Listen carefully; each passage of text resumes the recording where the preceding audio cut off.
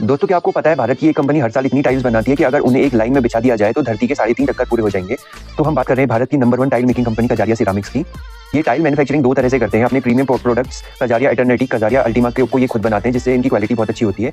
जबकि normal products के लिए इन्होंने मोरावी गुजरात में, जो कि टाइल हब है, में छोटी कंपनियों के साथ पार्टनरशिप की है। ये भारत की अकेली टाइल कंपनी है जिसको 14 बार सुपर ब्रांड का खिताब मिला हुआ है। अपनी इस ब्रांड वैल्यू की वजह से इनकी टाइल्स के लिए ये 5 से 10% का एक्स्ट्रा प्रीमियम चार्ज कर लेते हैं। ब्रांडेड टाइल मार्केट में इनका शेयर करीब 30% का है। तो हर 4 में से एक ब्रांडेड टाइल जो इंडिया में बिकती है वो कजारिया की होती है।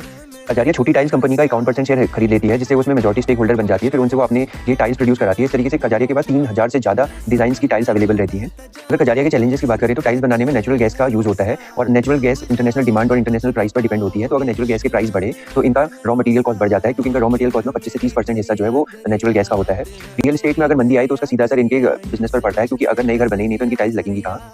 अगर मोरावी की छोटी टाइल्स कंपनियों का इंडिया से बाहर एक्सपोर्ट कम हो गया या उनकी टाइल्स की डिमांड इंडिया से बाहर कम हो गई तो वो अपना सारा का सारा माल इंडिया में डंप कर देते हैं, जिससे कजारिया के लिए इन लोगों से कम्पीट करना पड़ता है। तो इससे एक प्राइस वॉर स्टार्ट हो जाती है।